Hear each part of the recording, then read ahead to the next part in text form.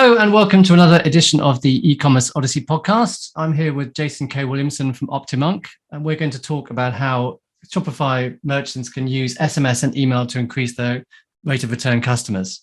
So Jason, my first question to you is, what do you think are the best strategies in 2022 for getting customers to return to a Shopify storefront? Yeah, well, first and foremost, thanks for allowing me on the show. I always love to jump on and kind of share my knowledge and meet new people. So this is really, really cool. Jumping right into the question, Trevor, we've got three different methods. I think the age-old method, well, there's a couple of age-old methods with an extra one in there that I think is rather, as you would consider, kind of old school, but new school at the same time. The first one is the most obvious one. It's retargeting on all of your media buying, whether that's Google, whether that's Facebook, whether that's, I actually don't know if TikTok does it, but YouTube. Retargeting all your customers whenever they visit or take an action on all of your media, I think that's hyper important because you just got to be following your customer at all time. I'm a big believer in if you don't, your competitors will, and being at the forefront of their mind. So I think that's one of the things that you do through your media buying is being able to, kind of follow them around. The next one is going to be one that's been around for a very, very long time, but it's got to be email marketing. I think email is incredible because you can do it at such a large scale and such a large volume. You can collect people's emails. People are rather trained to collecting emails these days. And what I mean by that is it's not a difficult ask to get somebody's email anymore. When somebody is asked, hey, so for example, if there's a pop-up or if there's an abandoned cart, it's not a crazy thing to type your email in. Like it's a thing that everybody just does these days. So it's easy to capture a lot of emails and then use them as a method of retargeting. I think it's really powerful too, because one of the things that I'm a big believer in, and I have been in the last 8-9 years of, learning digital marketing, is I think it's powerful when you own your list. And email gives you the ability to do that. And then the third one that I think for me is the most exciting heading into 2022, because there's a lot of reasons behind it that I'm more than happy to explain later. I think SMS marketing. And so text message marketing, I think, is going to be the most powerful way of retargeting your customers. Because if you think about it, most of the time, if you look, your traffic is like 70, 80% mobile, right? And if we've got 70 or 80% of our traffic being mobile, and then we get their phone number and we're able to send them a text message, it's what I like to consider when moving forward to it is frictionless marketing. So they will get a text on their phone, click, they're already on the device ready that they were going to do the shopping on anyway, and they're able to return and purchase from you again and again and again. So for me, the most important, like all three of those, SMS for me is the most exciting heading probably onwards for the next decade. Okay, so that's interesting because SMS has been around forever, but it does seem to be getting a lot of attention at the moment. Is it a bit old school or? Yeah, so that's a fair point because it is something that we've been using for a very, very long time, but it's something that I don't think has been really incorporated or saturated in the consumer market. Right. So we've had this ability to be able to text to each other on a one-to-one. And we've known that people in big corporations do, big text message blasts and campaigns. But I think what's changed, and I think why it's more available to us, is it's that we now have platforms available on Shopify that allow us to easily set up these campaigns, that allow us to easily capture people's numbers and allow us to set up these incredible automations that will use the power of text message marketing, and it will then, do everything for us on automation. I think the biggest change that we've had is it's just that we now have the vehicles ready and available to anybody to start doing text message marketing. Whereas before it was only, for the kind of enterprise businesses. Now it's for anybody who's got $5. Does that make sense? So what about, because SMS is, a lot of people use WhatsApp instead of SMS these days. Is that something which can be integrated too? Is it just, how do you see, is SMS dying? And I suppose everyone has a mobile phone and that still takes SMS, but a lot more people will be moving on to platforms like WhatsApp. How's that going to affect things? Yeah, I don't think it really affects much because at the end of the day, you'll always receive a text, even because everybody's got a number and a phone. But if it's WhatsApp, they have to have WhatsApp. Yeah. And especially in countries like Australia, I don't think WhatsApp's huge. I use Signal more than I do WhatsApp. I only have WhatsApp because of my American clients, but I don't think it's like, so that point is everybody has a phone number, but not everybody has WhatsApp. WhatsApp's an app. It can phase out, but a phone number, you'll have it forever. Yeah. So what do you think, what are the ways in which, the best ways in which SMS can be used by e-commerce brands? What's your best practice recommendations? Yeah, that's a really great question. So I guess if I was to think about 3 use cases, well, one of them is going to be an abandoned cart. And they are so powerful. I work with some pretty big brands that do some incredible numbers. And we always look at our SMS abandoned carts as being one of the highest revenue drivers for us. So abandoned carts for me is one of the things. At checkout, there's always the ability, especially on Shopify, to just simply, and I don't know if anybody knows this, but if you're looking to add SMS, it's very, very simple. You can just go into your settings, you go to checkout, and then there's now we used to have this button that said like, it was email. Do we want to have like a default checkbox or an unchecked, but now there's one that's underneath it that I don't know if anybody, like there's not many people that actually know it exists right now, but it's enable SMS at checkout. You can simply click that button, and on Shopify, it will just add another checkbox on your checkout that customers have to compliantly, they have to explicitly tick it. So it's not by default checked, but when they tick it, so for example, you might say receive text, offers via text, they click that and they check out and then they're subscribed to you. And that gives you the ability, if you're using any softwares like Postscript, it will give you the ability to kind of like Postscript will just hook up straight away.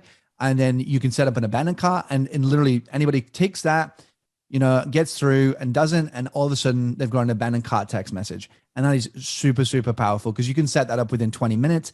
Again, it comes straight to their phone. It doesn't, and this is what's interesting. I'm going to explain why I think the SMS, because I'm an email marketer first. I've, helped before SMS, I helped probably make $75-80 million for my clients at the time through email marketing. So I'm email marketing first. I love email. But what email doesn't have at the moment, what SMS does, is if I send an abandoned cart email, I don't get notified on my phone when that happens. I only know when I jump on my email app and I see it in updates or in promotions. But with SMS, it's going to go ding and I'm going to see it. And the statistics are that 98% of texts are read within the first 4 hours. Right. Because that's where the power comes from. Yeah, because I actually because I got so annoyed with WhatsApp and things, I turned off all my notifications, and actually SMS is the one thing that I haven't blocked. So it's the best way of because you can't. Email, so much junk email, so much, WhatsApp groups, ping. SMS is the only thing I actually get. So yes. So okay, right. I interrupted you there. There were 3 ways. That's okay. It's a conversation. Yeah. So that's the first one. I think abandoned carts. The second one is the most obvious one. It's sending a campaign, right? It's sending a campaign out to your audience when you've collected enough, of their SMSs, enough of their phone numbers. You can simply send a campaign out. And again, going back to it, frictionless marketing. When you send that campaign out, they're already on the device. It's a 98% open rate. They're already on the device, and when they click through, they're ready to buy because they're on the device that they're most likely shopping on. So sending a manual campaign, much like you would do an email, but it's even easier because email, there's so much, graphic design and so much fanciness that goes into it. And there's also a lot of, I guess, a lot of knowledge and information that goes into, email marketing. Like, do I have the right subject line? Am I sending to the right segment? Am I doing this, and this? Is this going to get me in spam? Am I going to get into the inbox this way? There's a lot of like intricacies that go into email, and SMS almost removes that because it's very easy to do a plain, simple text, very short snippet, and still get a really, really high click through, probably north of 10 times higher than an email. And it's very, very simple. So almost simplified everything. Okay. Yep. Yeah. So that's the second one. And when it comes to the third, I guess, use case scenario, I would probably say another use case scenario is you can actually create cool little promotions on your email list that are going to your SMS. So you could set up like, for example, if you wanted to do a 24-hour flash sale, which I recommend everybody does a flash sale every 6 to 8 weeks. I don't think there's a bad thing. If you do 24 hours, 48 hours, they get a quick 10, 15, 20% off, whatever you want to do. It's nice to do a flash sale every, couple of months. You could then tie it to your SMS. So you could say, hey, like here's, and you can create these, it's very easy to create these little links where they just click through and sign up. But you can do a simple, hey, when you join our SMS list, you'll get 20% off for the next 24 hours. So that's a really cool thing to do. It's kind of part of a campaign, but it's kind of not. It's a campaign email that leads to an SMS, which then can trigger an automation. And now you started to grow your list at the same time. And you're also able to create this really cool, engaging kind of campaign through your email. Okay, so I think that leads us on to the next question. What is the best way to grow your SMS list? Yeah, and that's a really good question, because SMS, much like anything, I think having the ability and the power to grow your list as fast as humanly possible is where you're going to start to see really good returns on investment, right? If you can grow that list very fast and start to send out more automations, more text, that's where the power is going to be. You're going to collect that list. You're going to grow it faster. You're going to have the ability to send campaigns more often. And it's really going to give you the power to just scale at profit, because sending these, like, for example, I know a lot of my texts are going to make like 10x ROAS, which is very difficult to send a campaign on Facebook and know I'm going to get 10x ROAS.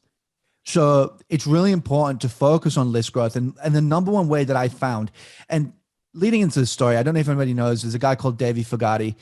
He owns the Udi.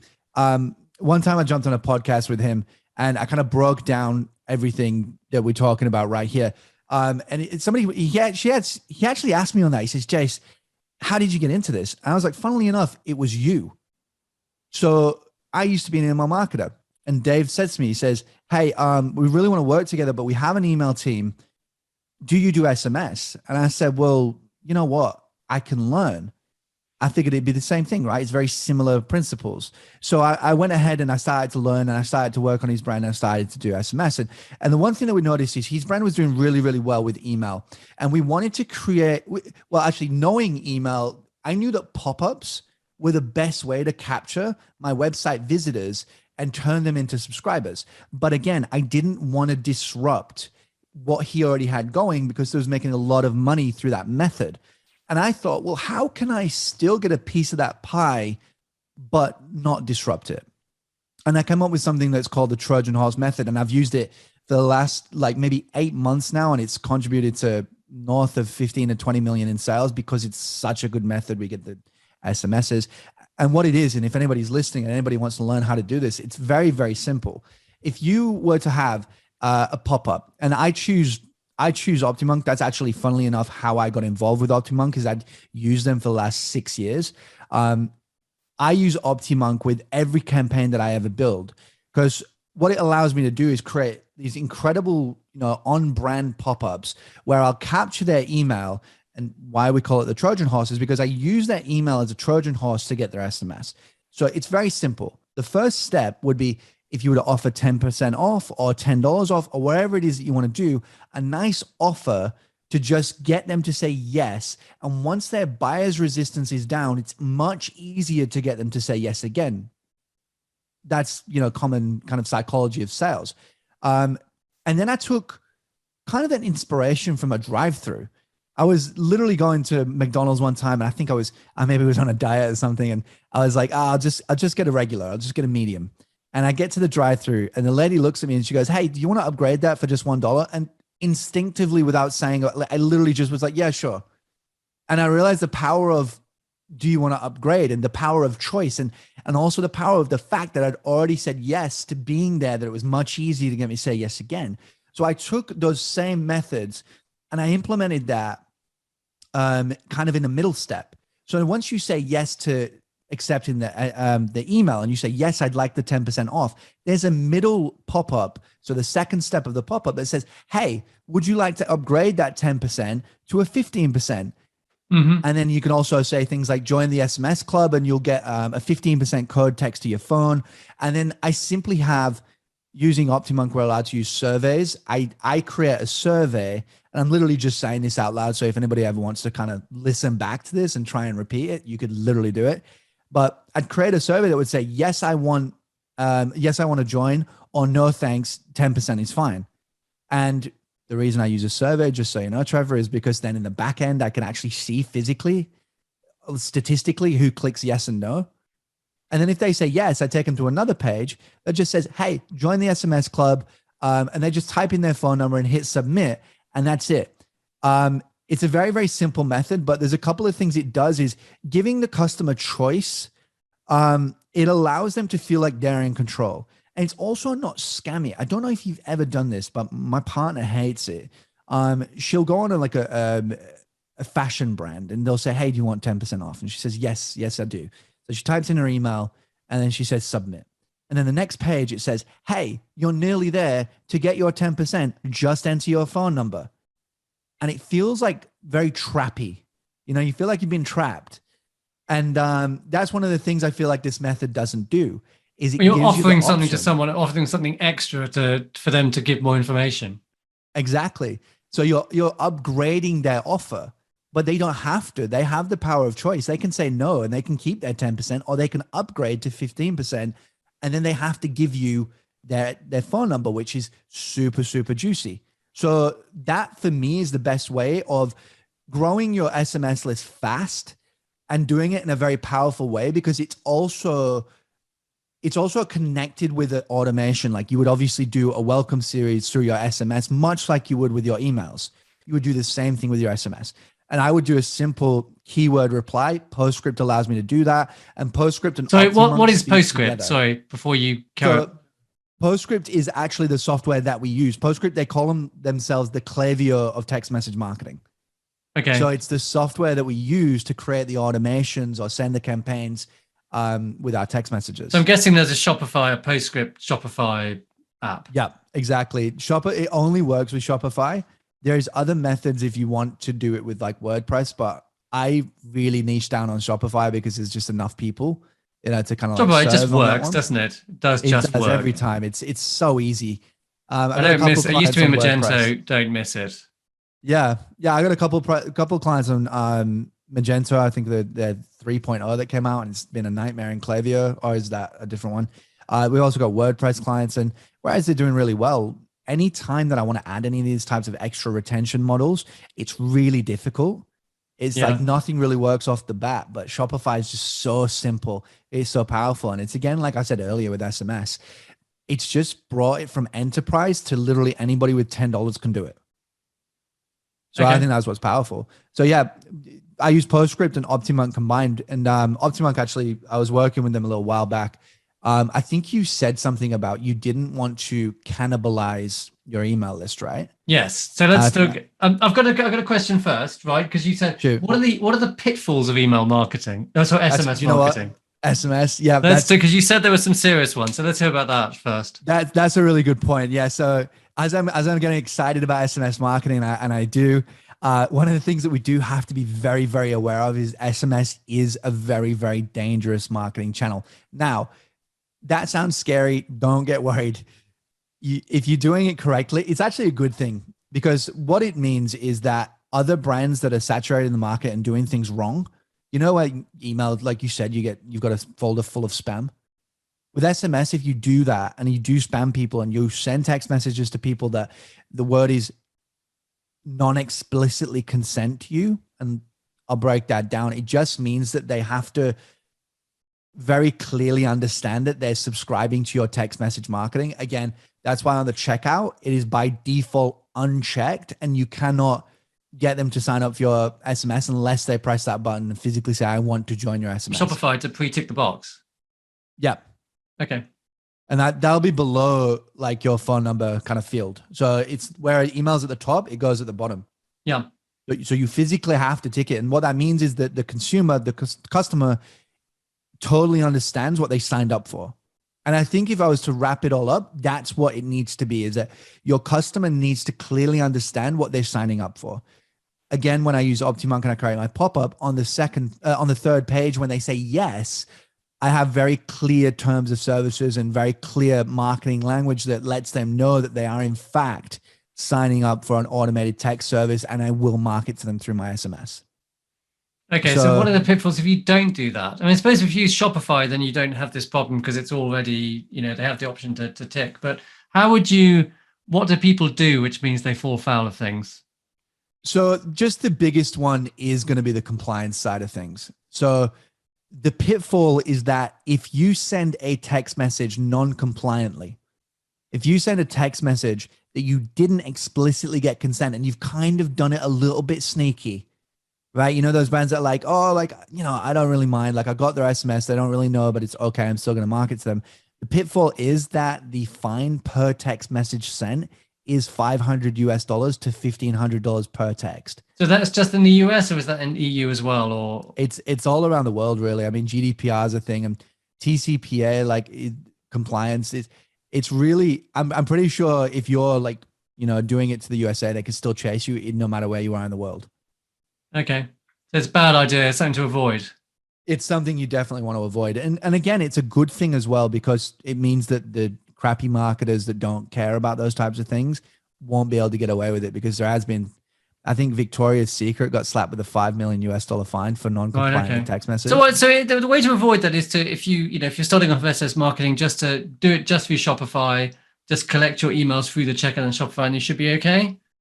Absolutely. Okay. But it's not the fastest way to grow. So again, with the Trojan Horse method, I do have the correct compliant language on the final checkout, on the final page where they sign up for SMS. And that's just all you've got to know. Now, using Postscript, the way that we do it is you can create these links, right? But Postscript also has a language on their website. But when you go to create like a link for somebody to join your SMS, it'll also give you the compliant language that you have to use. And that way you're covered. As long as your compliant language, your marketing language, and if this goes on a website or anything like that, I'm more than happy to give it to you, and you can just put it down there as an example if anyone wants to read it, or if there's anywhere in your newsletter or something that you want to post out to, we can do that too, and I'll give you the language. But they basically all you have to do is just put it underneath the submit button, just so that they're very, very clear. It has to. And the other thing as well, is there's a privacy in terms of services, which is very standard. You have to let the customer know what you're doing with their data. That's already built into Shopify. Will there be like a thing at the bottom of the text message to stop receiving this email text blah blah to blah? Yeah, and it says things like you're signing up for automated text, you're going to receive like cart abandonment, for example, and we might send 3 times a week or something like that, and then it would say terms and services, privacy policy, and text help for help and stop for stop type of thing like that. That sounds so. Basically, get the basics right is what you're saying. Correct. But once you've got that, again, it stops any dodgy marketers from being dodgy and saturating the market. And it also will deter a lot of people who can't be bothered going through that stuff. So basically, it means that you've got a big, nice open marketplace and your competitors are probably not doing it at the scale that you're going to do it. And again, if you implement what I said with the Trojan Horse, because most people already have a pop-up. This is why it's not hard. Is most people already have a pop-up on their store, no matter what they're using. And again, using something like Optimonk, you can very easily connect Optimonk and Postscript or Optimonk and Klaviyo and just create these, easy, highly converting pop-ups that are going to capture their email, that are going to give them the option to join your SMS club. And what I've realized, by the way, I'll give you my top 3 offers as well, just so if anybody's wondering. Yeah, I love to do one called Double Your Discount because I know how powerful SMS is. I'm more than happy to go from 10% to 20% if you join my SMS list. When I've done that, I've seen anything from 50 to 70% uptake. And what that means is if you have got a pop-up doing 10%, right? 10% conversion on a pop-up is very average. You can do that. That would mean that 10% of your website visitors are turning into email subscribers. If 50% of them are turning into SMS, that means 5% of your website traffic is joining your SMS list. Could you imagine how powerful that is after a year? That could grow your list very quickly. So a compelling offer grows the list quickly. Yeah. So again, double your discount. I love it. The juicier, the better. I like to call it a big mafia offer. It's an offer that they cannot refuse. That's what I want to do when I get to my SMS, because this could be the only opportunity I get to capture their SMS. So I do double your discount. I also do a free product. If it's like a wristband or a sticker pack or something, get a free sticker pack with every product. That works really well. Like I'm seeing 70, 80% uptake there. Okay. And then a really simple one. If somebody's a brand who doesn't like discounting and you thought to yourself, look, my email was enough. I discounted enough there, which there's plenty of brands that I work with that do that. You can do something what we call the convenience offer. Now, this is just simply, hey, would you like us to text you your discount code? So you don't have to upgrade it. You don't have to do anything. You can just give them the option. So now you're still giving them the option, but this time it's the option of convenience because it's easier to get a text, and you can join our club and we'll give you early access to sales and things like that. And by the way, I always treat my SMS list like my VIP list because it takes a lot to get them. I once went into a club when I was single and I asked for a girl's number and she tried to give me her email instead.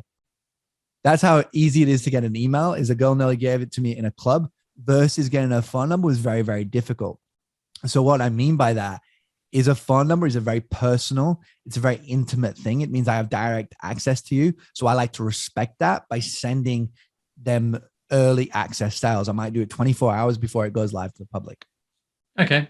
So look, if you've got a situation where, you've got email address, you've got the SMS address, how do you prevent, or do you indeed care about the fact it might cannibalize it? So if you've got a, abandoned cart, would you send them an abandoned cart email and an SMS, or would you do SMS first? Or in fact, a campaign, if you've got both of them, which takes precedence? Yeah. So when it comes to, so my SMS takes precedence. Because I know that to me, SMS can get expensive if you got 200,000 people on your list. Most of the time, it's like it doesn't really matter because the ROI is so big you don't notice. But I will always send my SMSs first because they're the highest open rates and the highest clicks. That is the one that I want you to see first. And then my last ditch effort is going to be my email. I work with a brand called the Hodge Twins. We actually just did about $500,000 through our email and our SMS. Last month because we came to the end of our giveaway and we got to go hard. I noticed that I'm sending to a list of 15,000 SMS subscribers and I'm making anything from $7,000 to $15,000 to $20,000 a text. My final day text was $20,000 out of 15,000 people. On average, I was getting about $8,000. Now, look at the email. We have an email list of 300,000 people who have opened 6 times in the last 30 days. So that's a good engaged segment. They're good openers and they've bought again and again. And that list would make anything from $5,000 to $10,000.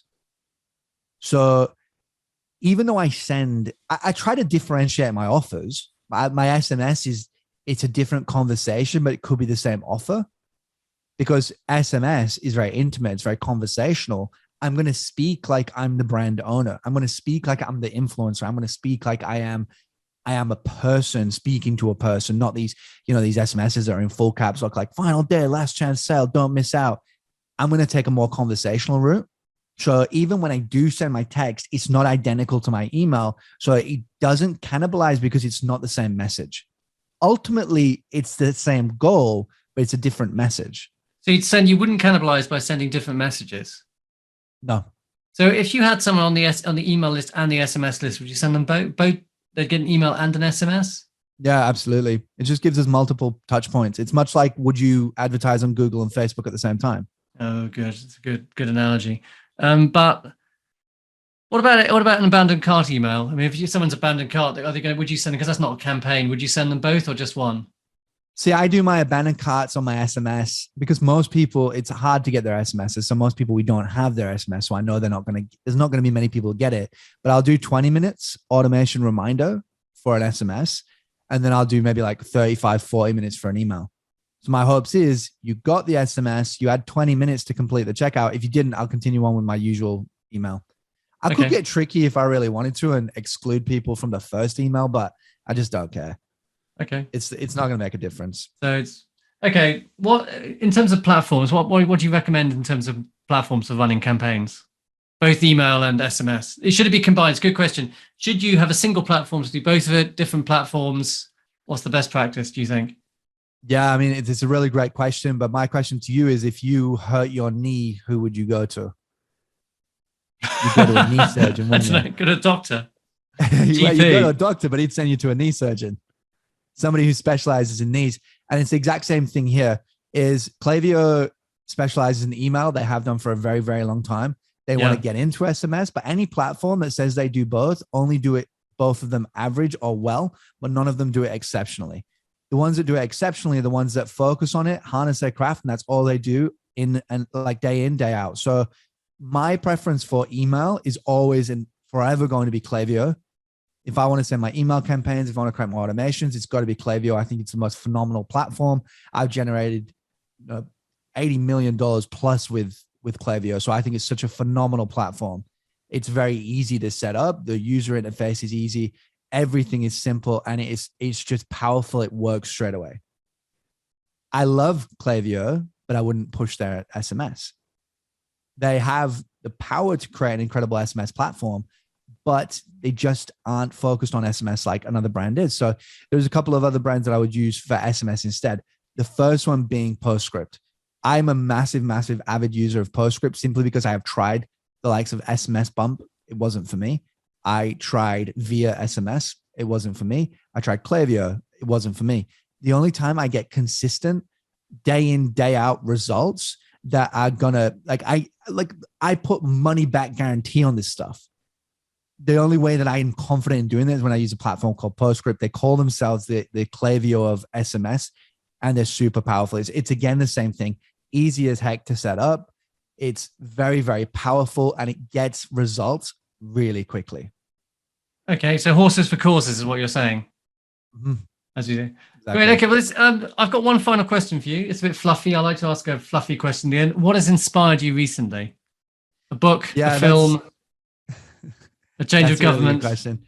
Well, what's inspired me recently, I guess, is I think it's this is probably obvious for everyone, but I think the end of the pandemic is coming up, and we're all starting to see that there's a little bit more opening up, and people are starting to be able to go do the things that they want. So my inspiration honestly comes from travel. I used to love to travel. I traveled a lot about 2 or 3 years ago. I was out of the country every 3 months. I'd be in the USA, I'd be in Europe, I'd be in South America. So what's inspired me lately is honestly just the openness of kind of seeing everything come to the end and having the ability to be able to get back out there and start to do. You want to go travels. back to being a digital nomad, do you? Yeah, kind of. And I got a new partner as well through the pandemic. I met somebody and things have gone really well, and we really want to adventure together now. We want to go to the countries and go do all these cool things together and adventure. So I'm simply inspired by the ability that not now, but soon, I think everything's really going to start opening up, and we're all going to get the ability to go back and do what we love. What's it, travel in Australia? Can people come into Australia yet? I don't know.